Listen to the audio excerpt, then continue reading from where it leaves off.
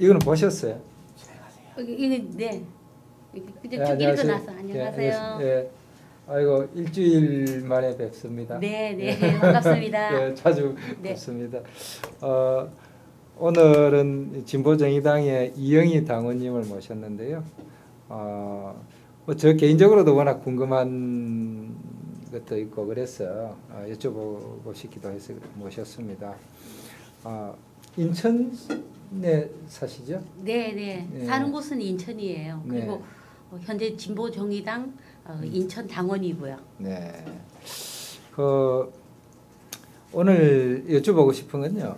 진보정의당 내에서 사회민주주의에 관한 토론이 굉장히 활발하게 진행되고 있다고 네, 해서 네, 네. 그 관련해서 이제 좀 여쭤보려고 그러는데요. 네. 먼저 이제 우리 그 이영희님이 사회민주주의자가 대신 네. 대신 경위 그 사연 네. 있을 것 같은데요. 네, 네. 소개를 한번 해주시죠. 네. 저는 이제 고 노무현 대통령을 지지하면서 예. 지지하게 되면서 이제 정당 참여, 정치 참여를 해야겠다라고 마음을 먹고 이렇게 하면서 당선되시면서 영광은 참 짧았어요. 당선되시고 나서 굉장히 영광스러웠지만 그게 2002년이니까 10년 네, 10년 이제 조금 넘었죠. 네, 네. 근데 그때까지는 뭐 저는 사민주의자다라는 그런 생각은 없었고 네. 이제 다만 이제 그 1998년도에 그 제3의 길 영국 네. 노동당이 제3의 길을 가면서 그 집권을 하게 되었죠. 네네. 그때 이제 그 제3의 길에서 사회민주주의에 대한 그런 관심이 굉장히 있었고 그걸 제가 가슴에 담고 있으면서 정치 참여, 정당 참여를 쭉 해오면서 정말 그 많은 그 오류도 있었고 그리고 또 열린우리당이 또 해산하고 뭐 망한 거죠. 네네. 하고 또 이후에 또 국민참여당을 창당하는데도 창당준비 인천시당의 창당준비위원장도 하고 그러셨습니까? 네 그렇게 하면서 계속 내가 왜 정치 참여를 하는가 정당 참여를 하는가에 대한 굉장한 그 많은 생각을 하고 그 성찰을 하게 되었죠. 네. 그렇게 하면서 제가 어느덧 사회민주주의자에 다가가 있더라고요. 그것이 네. 나의 정치 지향점, 네. 내가 바꾸고자 하는 정당 정치 이 철학이 사회민주주의와 만났다는 네, 거기서 제가 네. 되었습니다. 네. 그런 분들이 많으실까요? 어떻습니까? 비슷한 경험을 하신 분들. 네, 저는 많다고 생각해요. 왜냐하면은 그 국민참여당 같은 경우에는 뭐 어떤 운동권에서 출발한 사람들도 물론 있었지만 네. 처음으로 정당 참여하는 사람들이 70% 가까이 됐었어요. 네. 새로운 이제 처음으로 하는. 네네네. 그러다 보니까 이분들은 뭐 굉장히 그 사회민주주의에 대한 그런 습득 자체가 빨라요. 어떤 열린 마음으로. 네. 어떤 선입견이나 이런 거 없이 네. 우리가 하던 활동 이게 뭐냐라는 것을 네. 관성하다 보니까 성찰하다 보니까 결국 우리 사회민주주의로 가까이 가게 되더라. 네. 그러니까 이제 저희가 국민참여당 때도 여론조사를 당내 여론조사를 해보면 그때는 우리가 이제 진보자유주의다라고 이제 우리가 그렇게 어떤 거는 뭐 확 정확하지는 않지만 어느 정도 그거를 이제 규정을 했는데 그 이제 문항을 놓고 보면 진보주의 자유주의자 그다음에 두 번째 사민주의자 사회민주주의자 이렇게 하면은 그게 비슷하게 프로테이지가 나왔어요. 그 당시에 국민참여당의 공식적인 정체성은 진보적 자유주의라고 되어 있는데도 실제 당원들 여론조사를 해보면 거의 반반 정도 나왔다. 그만큼 사회민주주의에 대한 우호적인 그 분위기가 있었다는 근데 말씀이시죠. 그 사회민주주의자들이 대부분 정당 참여, 정치 참여가 처음 했던 분들이 대다수죠. 그렇군요. 그러면은 이 사회민주주의라고 하면은 과거 진보 진영의 뭐 에넬이다 필이다 이런 어떤 사고 방식이나 정파 이런 흐름들하고는 좀 상당히 다른 것 같은데요. 좀 말씀 들어보면 좀 소박하고 어떤 그 운동권의 과거의 생각에 사로잡히지 않는 네, 네. 그런 어떤 열린 마음과도 통한다. 네, 네. 그런 말씀이시군요. 네, 네. 그럼 주로 그 북유럽이나 뭐 서유럽의 복지국가를 사회민주주의 이념이나 그 꿈이 실현된 나라로 보시는 거죠? 어떻습니까? 상당한 정도로. 네, 100%는 아니라도. 네, 그렇죠. 네. 이게 사실 그 사회민주주의라는 것이 장구한 세월 동안 이루어가는 과정이지. 네, 그렇죠. 이 세상에 완벽한 정당이 어디 있고 완벽한 정치인이 어디라는 건 없잖아요. 그렇습니다. 없기 때문에 우리는 장구한 세월 동안 계속 끊임없이 우리의 그 현실을 개량해 나가고 혁신해 가고 개혁하는 과정에서 우리가 보다 나은 그 삶을 위해서 우리가 보다 나은 네. 사회를 만들기 위해서 계속 진행해 나가는 과정에서 네. 그런 것이죠. 그러면 영희님은 개인적으로는 그 북유럽이나 또는 이 서유럽 나라들 중에서 어떤 나라가 제일 마음에 드십니까? 어떤 나라의 어떤 면이 좀 뭐 예를 들면 핀란드의 뭐 흔히 교육이 좋다, 네, 덴마크의 네. 뭐 노사 문화가 좋다, 뭐 이런 얘기가 많습니다만 어떤 면이 특히 인상적인? 가장 뭐 좋은 저 대한 모델은 말할 것도 없이 스웨덴이죠. 정말 너무나도 부럽고, 네. 예. 그렇지만 그 현실적인 면을 돌아보면 참 스웨덴은 특수한 좀 환경에서 태어난 삼인주의죠. 네. 아주 좀 특수한 환경이 있죠. 인구가 적고 이제 그 중소기업이 발달하고 나라가 부패하지 않았고 또 3인당이 60년 이상을 집권하면서 탄탄한 복지 체계를 만들었는데 정말 우리나라는 죽었다 깨도 힘든 그런 걸 잘 알고 있지만 스웨덴이 좋은 나라이긴 하지만 우리가 그걸 그대로 본받기에는 좀 여러 가지로 그렇죠. 워낙 스웨덴 자체가 좀 우리한테는 좀 특수적인 예외적이고 특수한 환경이지만 너무나도 부러운 그런 대상인데. 근데 제 농담 한마디 해도 되겠어요? 저는 사실 그런데 스웨덴 가서 살라 그러면 못 살 것 같아요. 심심한 천국이라서요? 몰라요. 그것도 그렇지만 햇빛이 너무 없는 것 같아가지고 겨울에 제가 이 해가 짧은 시간을 몇 달이 지나잖아요. 우리나라도. 야, 이거 스웨덴 같은 데는 어떻게 살까? 햇빛이 없으면 그런 생각도 들었습니다.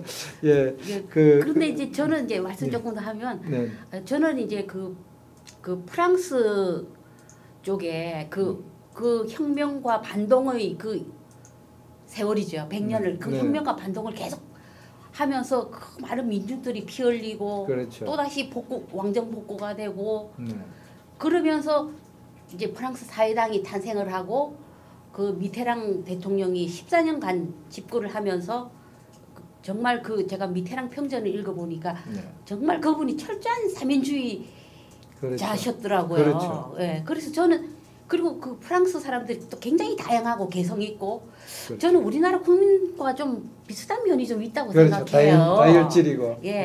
그리고 프랑스 사회당이 노동조합을 기반으로 하지 않았기 때문에 저는 오히려 프랑스 쪽 그 삼인주의 모델을 좀 하면 어떨까라는 생각도 들고 저는 뭐 독일도 삼인당 모델로서 굉장히 우리나라에서는 뭐 좀 적합하지 않나라는 생각도 들고 그렇습니다. 그러면 말씀은 이제 스웨덴이 상당히 흔히 아주 이상적인 모델로 이야기되고 있지만 우리나라의 여러 가지 역사 문화 조건을 볼 때는 프랑스나 독일도 배울 점이나 이런 것이 많을 것 같다. 그리고 영국도 마찬가지고요. 영국에도 또 좋은 점이 많은 것 같다. 뭐 이런 말씀이 있습니다. 그렇죠. 그 어느 나라가 아무리 좋아도 그것을 꼭 우리나라에서 그대로 이렇게 복제할 수는 없는 것이다. 그렇죠. 그렇게 되면 이제 한국 삼인주의, 사회민주주의가 이제 되는 것이죠.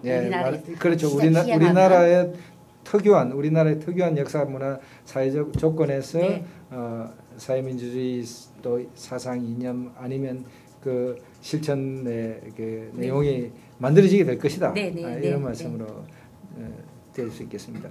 그러면요, 자연스럽게 우리나라의 헌법 우리나라의 역사, 우리나라의 문화 속에서도 사회민주주의가 있다.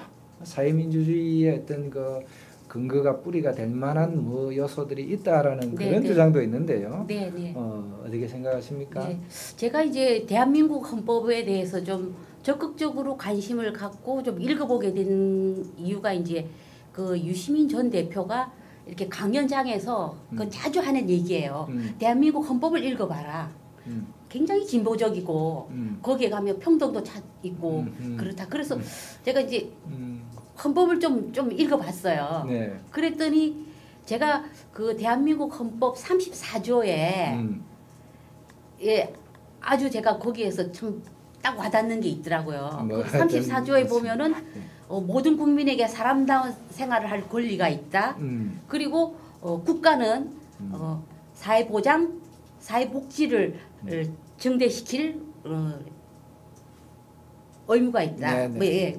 그렇게 나와요. 네. 제가 그래서 그 이제 34조도 조금 그렇고요. 네. 그래서 저는 그 대한민국 헌법 34조가 정말 우리가 보편적 복지국가. 근데 전체적으로 흐르는 그 맥락이 사회민주주의의 실현이라고 저는 봐요. 네. 사회적 기본권을 네. 법에서 예, 그리고 또 더 나아가서 우리 대한민국의 그 건국 이념인 홍익 인간 있잖아요. 네. 홍익 인간, 널리 인간을 이롭게 한다. 이것은 바로 사회민주주의 사상이고 네, 그 주의죠. 예, 그 바탕이 되는 정신이다. 네. 이렇게 네. 말씀하시는군요. 예, 그런데요. 지금 이제 많은 분들이 이제 지금부터 좀 어떻게 보면 본론인데요. 네. 많은 분들이 굉장히 궁금해하세요. 네. 진보 정의당 내에서 갑자기 네. 사회민주주의 토론이 이렇게 활발하게 일어난 건 어떤 계기가 있었습니까? 네, 이제 저희가 이제 그 이른바 통합 진보당 사태를 겪고 이제 그렇죠. 진보 정의당으로 이제 오면서 이제 과연 정말 우리가 진보가 무엇이냐? 정말 진보는 어떤 지향을 가져야 되고 과연 우리가 진보가 맞느냐라는 그 정말 그 근원적인 그 성찰을 성찰이 있었죠. 그리고 이제 이 진보 정의당 당명을 10월 7일 날 작년 10월 7일 날 이제 진보 정의당 당명을 선정하는 과정에서 평당원으로부터 아예 3인당으로 가자.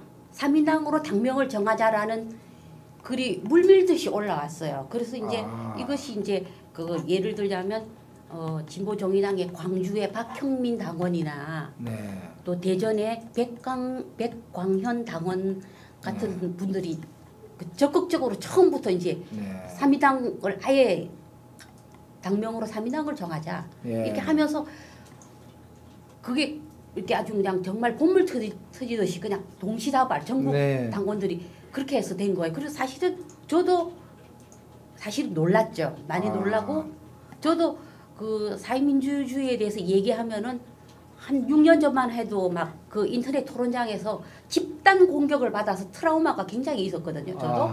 네, 그런데 그 정말 그 당원들이 그렇게 막 그 3인당으로 가자라고 해서 그 진보 정의당 당명을 정하는 과정에서 이제 3위까지 올라갔었어요. 3개 하는데 3인당이 올라갔죠. 근데 이제 결국은 이제 이게 3인당이 떨어지고 이제 둘 중에 하나가 돼서 이제 진보 정의당인데 사실은 우리가 3인당이 접어준 거예요, 그날. 왜냐하면 잠깐 그 정의당 그 진보 정의당 당명을 정하는 과정에서 이제 잠깐 이제 정회를 했어요. 정회하는 시간이 정회하는 시간이 있었는데 그 정말 만약에 3인당으로 이렇게 갔을 경우에 노동 세력이나 노동조합 측이나 그렇게 해서 들어오지 않을 것이다. 우리는 그런 세력과 함께 해야 되는데 거부감이 있을 것이다라는 어떤 그런 당 지도부 측이나 그런 어떤 그런 그 염려나 이런 게 그게 좀 있었어요. 그리고 이것이 너무나도 준비되지 않은 상황에서 3인당이라는 당명이 부각이 되니까 서로가 너무 당황했던 것 같아요. 그럼 오히려 지도부에서는 그걸 계획을 하거나 미리 그런 것을 준비하지는 않았었고 아니었죠. 않았는데 밑으로부터 당원들로부터 네. 사민당으로 하자는 것이 나오고 그게 굉장히 어떤 말하자면 무시 못할 세력을 형성하면서 네, 예, 당황스러운 분위기가 되어가지고 네, 굳이 밀고 나갔으면은 또 결과는 어떻게 될지 네, 모르겠지만 다수가 될 수도 있었겠지만 네. 한 발 물러섰다. 네, 저 같은 경우에도 이제 결선에서 사민당을 포기하고 이제 다른 당명을 선택을 한 그런 경우죠. 이제.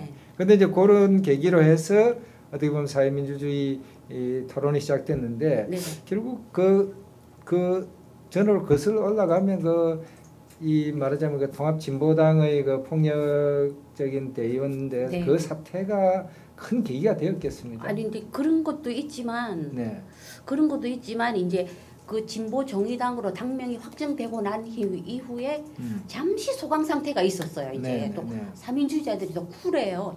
또 잊어버리고 있다가 이제 이번에 18대 대선 때 이제 진보 세력이 이제 패배를 하면서 이게 다시 또 2차로 이제 이게 또 분출이 되었던 거예요. 정말 이제는 우리 진보 정당이 선거 때만 되면은 너나 없이 정체성도 없고 뭐 어떤 그런 지향점도 없으면서 무조건 야권 연대하자, 통합하자. 이것을 선거 때마다 되풀이하면서 서로가 다른 각자 다 다르면서 그러면 차라리 이렇게 우리가 대선에 실패하고 했으니까 우리 정체성을 우리의 정체성과 우리의 지향점을 노선을 분명히 하자라는 것이 또 다시 이제 분출이 되었어요.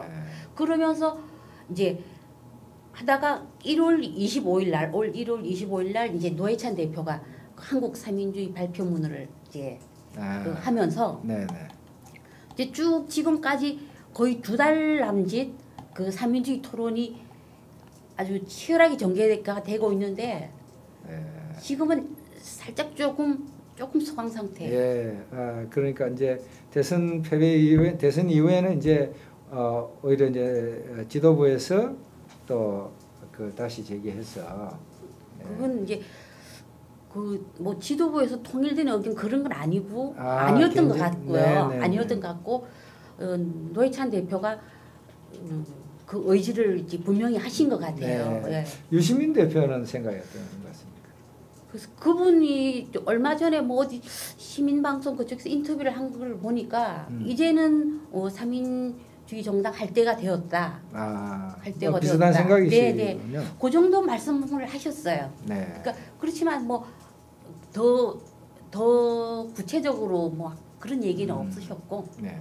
그럼 지금 토론이 되고 있는 어떤 뭐 당원들 사이에서 무슨 이견이 발생해서 막 좀 이렇게 활발한 토론이 되고 있는 그런 문제가 있습니까? 어떻습니까? 이제 예를 들면 뭐 노동 중심성이랄지 뭐 이런 이야기들 진보는 뭐 노동운동의 뿌리를 꼭 내려야 된다. 뭐 이런 그 이슈는 끊임없이 지금 뭐 얘기가 되고 있고요. 당원들 사이에. 그런데 이제 그 당원 게시판에 의견을 적극적으로 표명하는 그 당원 중에는 노동 중심성, 노동 가치 이거를 하는 주장이 거의 없어요. 없고 왜냐하면 의견을 드러내지 않는 것 같아요. 근데 사실은 사회민주주의라는 게 원래 뿌리를 보면은 노동운동에서 나온 건데. 그렇죠. 그렇죠. 그런데 이제 피를 아주 가지고. 그런데 묘하게 이제 지금 우리나라 노동운동에서는 상당히 그 어떤 사상적으로 좀 과거의 NLPD 운동권 그런 것이 좀 아직 상당한 영향력을 갖고 있다 보니까 사회민주주의에 대해서 괜히 어떤 거부감 비슷한 그런 걸 갖고 있다고 볼 수도 있겠습니다. 그래서 조금 뭔가 이렇게 떠물들이는 시간이 좀 필요한 것 같습니다. 그렇죠? 그래서 아마 또 적극적으로 사회민주주의 주장하시는 분들이 너무 뭐 노동 중심성과 이 사회민주주의라는 게 서로 대립되는 문제를 이렇게 꼭 이야기하실 필요는 없을 것 같습니다. 그렇지 않습니다. 그렇군요. 그러면은 그러면 이 당내 토론이 어느 정도 이제 뭐 일정이 있을 거 아닙니까? 어떻게 결론이 나지면은 이제 이렇게 당내 토론이 언제까지 해서 정리를 하고 또 당 외부를 향해서 그러면 뭔가 사회민주당을 같이 만들자 하고 제안을 한다든지 뭐 이런 프로세스가 예정되어 있습니까? 지금 현재 진보정의당 당내 이제 상황이 아시다시피 이제 노회찬 대표가 의원직 상실을 하게 되었고요. 되어서 이제 그 당이 이제 그 노회찬 대표 뭐 사면 뭐 서명운동 그쪽으로 지금 중앙당이 거의 지금 매달 올인하고 있는 그런 좀 상황이고 그리고 4월 재보선이 또 있고요. 네네. 그러니까 정당이라는 것은 반드시 또 선거의 산을 넘어야 되고 선거를 치르지 않을 수가 없으니까. 네네. 그리고 뭐 노원병에 정말 그 후보를 어떻게 할 것이 그 이제 중앙당은 이제 당장 그 해결해야 될 문제가 또 있는 거예요. 이제 있으니까 저는 조금 이제 소강 국면이 들지 않았나. 네, 일단 4월 재보선이 끝나고 이제 5월부터 어쨌든 6월달에 재창당을 한다, 제2창당을 한다. 아 6월달에 제2창당을 한다고 돼 있습니까? 그렇게 저는 거의 다 알고 있는데 그게 이제 조금 뭐 7월달에 할 수도 사실은 뭐 제2창당이라는 게 금방 되는 건 아니니까요. 그러면 제2창당이라는 것이 말하자면은 이제 지금 현재 진보정의당만 아니라 여타 나름대로 그 진보적인 다른 세력들을 함께 해서 사회민주당 창당을 하자라고 제안을 하는 그런 이제 모양을 취하게 될 것 같습니다. 그렇죠? 근데 그렇게 되면은 그렇게 되기까지에는 그 당내의 의견 수렴 과정을 거쳐야 되고 지금 이렇게 그냥 당원 게시판에서 그거를 이제 삼민주의를 말하는 것이 아니라 좀 더 그 진일보한 그런 단계를 밟아야 되겠죠. 당의 어떤 공식적인 그렇죠. 당의 공식 의결 기구를 거쳐야 되고 정식으로 이게 의제가 채택이 되어야 되는 것이고 또 그 안건에서도 의결을 해야 되는 것이고 정당은 그렇거든요. 예. 그리고 당명에 관해서는 또 당원 투표도 해야 되는 것이고 그런 그 과정을 거쳐야 됩니다. 네. 그 제가 어디서 이렇게 신문에 보니까 지금 진보정의당 소속 그 의원들 노회찬 의원이 뭐 저 원직 상실했습니다만 노회찬 의원 빼고도 6사람이잖아요. 6명의 의원들하고 또 의원 보좌관들이 사회민주주의 막 공부하는 막 그 프로그램을 하고 뭐 이러는 것도 봤는데 굉장히 그 말하자면 사회민주주의에 대해서 학습 열기도 뜨겁다. 이렇게 볼 수 있겠습니다. 네, 저도 그런 소문을 들었어요. 근데 이제 공부를 몰래 하는 것 같아요. 왜냐면 지금 근데 당원 제 생각은 그래요. 제 생각은 당원들이 워낙 정말 그 사회민주주의에 대한 지식 수준이 사실 상당히 높아요. 제가 이제 우리도 그 3인방이 따로 있는데 뭐 거의 뭐 지식 수준이 상당히 높기 때문에. 저도 중앙당에서 공부를 많이 한다는 소문 들었어요. 하고 있는 건 확실해요. 확실한데 조금 좀 몰래 하는 것 같은 기분이 좀 근데 왜 몰래 하시는지 몰라. 대놓고 하시지. 갑자기 이거 뭔가 그 사이에 너무 공부 안 하고 있다가 이거 뭐 그래서 저희가 사실 3인방에서 조금 좀 그 좀 까져 이제 요새 공부하느냐고 쇠가 빠진더라 뭐 그렇겠지. 우리가 책 좀 사서 선물해 줄까 뭐 이런 식으로도 우리가 끼리 농담도 해요. 뭐 이 책 읽어봤을까 이러면서 또 그렇죠. 하기야 한국의 민주화 운동은 세계적인 이 유명한 말하자면 역사였는데 그 후에 뭐 한 25년 이상 지나면서 우리가 좀 돌아보면 한국의 이 민주화 운동 했던 사람들이 진보 말하자면 그냥 민주화를 외치던 단계에서는 열심히 하고 공부도 했는데 이 진보로 이렇게 넘어오면서 진화를 그렇게 많이 하지는 못한 것 같아요. 당연하죠. 그러니까 세계적인 어떤 진보 운동의 이 흐름을 막 이렇게 호흡하고 이렇게 하지는 좀 못했던 것 같아요. 좀 우물안 깨구리처럼 막 그 뭐랄까 오만에 빠졌다고나 할까. 그러니까 이제 경로 의존성이죠. 늘 하던 대로 하는 거죠. 그렇지만은 자기 삶은 그 정말 그 사회민주적인 삶을 살고 있으면서 그 주장이나 언어나 쓰는 거는 아직도 그 옛날에 그 민주화 운동 시대 그 운동권 이데올로기 뭐 거기에 그냥 아주 관성적으로 저는 잡혀 있는데 빨리 좀 깨어나야 됩니다.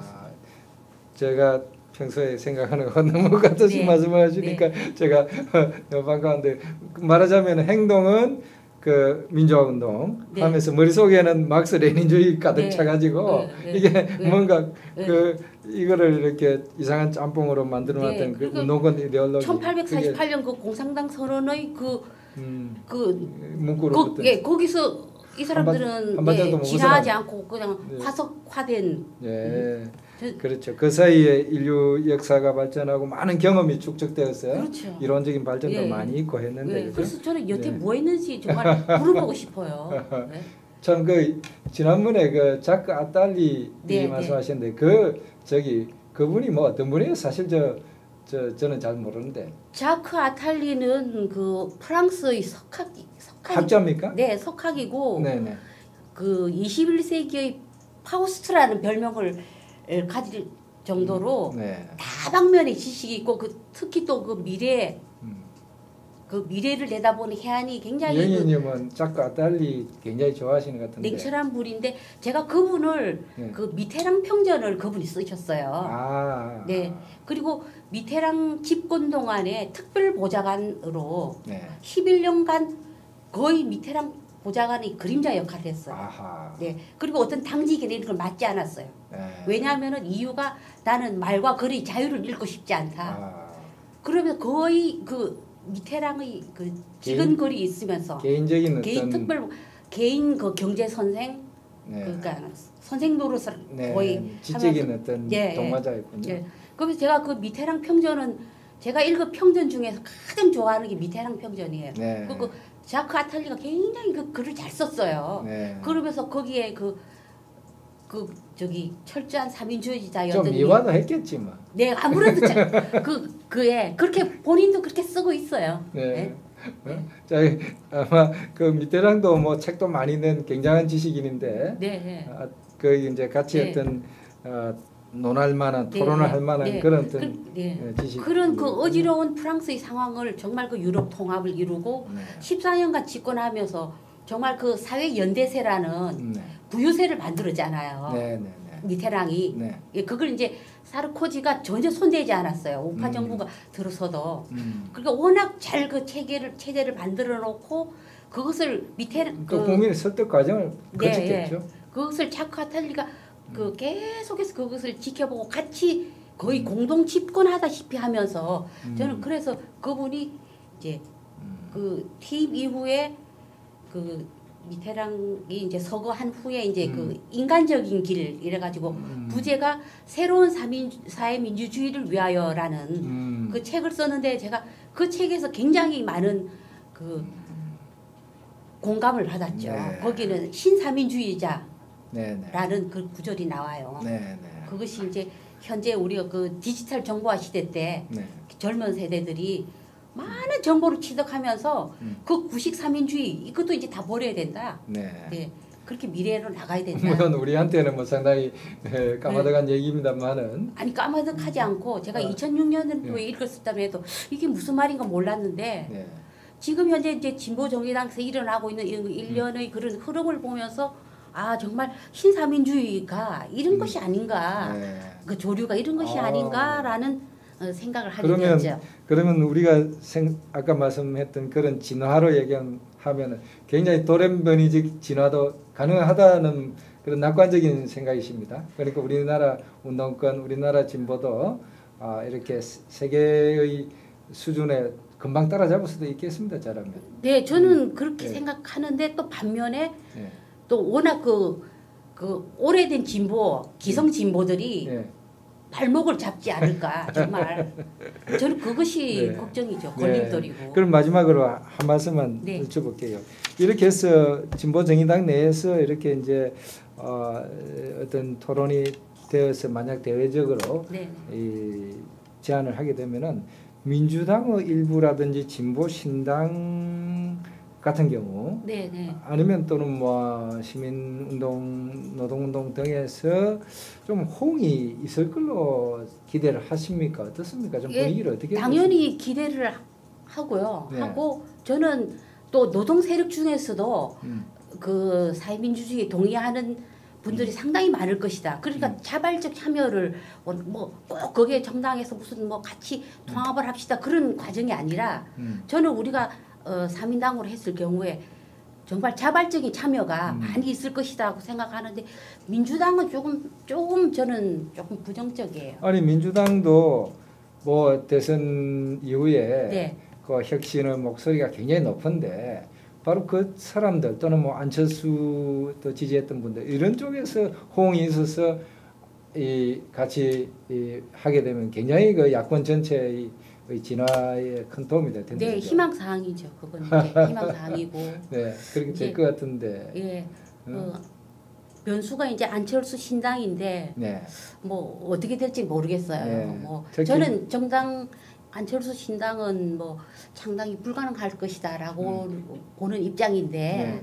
근데 그런 사람들도 그 좋은 뜻을 가지고 네. 우리 진보정의당에서 이렇게 네. 제안하는데 호응을 해주면 얼마나 좋겠느냐. 네, 그렇죠. 왜냐하면 한국 정당사에 3인당이 없었기 때문에 정식으로 의석수를 가지고 없었기 때문에. 안철수라는 개인 어떤 인기와 또 그가 가진 2030 세대와의 저 대화 소통의 능력과 거기다가 사회민주주의라는 어떤 그런 사상적인 이런까지 이렇게 합쳐지면은 굉장히 신선한 바람을 불어일으킬 광범위한 중도층 그죠? 이런 분들이 함께하면 참 좋을 것 같고 뭐 진보 신당 쪽은 많이 참여하지 않을까 그렇게 생각합니다. 예, 아이고 고맙습니다. 뭐 아마 잘 될 것 같습니다. 예. 예, 오늘 감사합니다. 네, 수고하셨습니다. 네.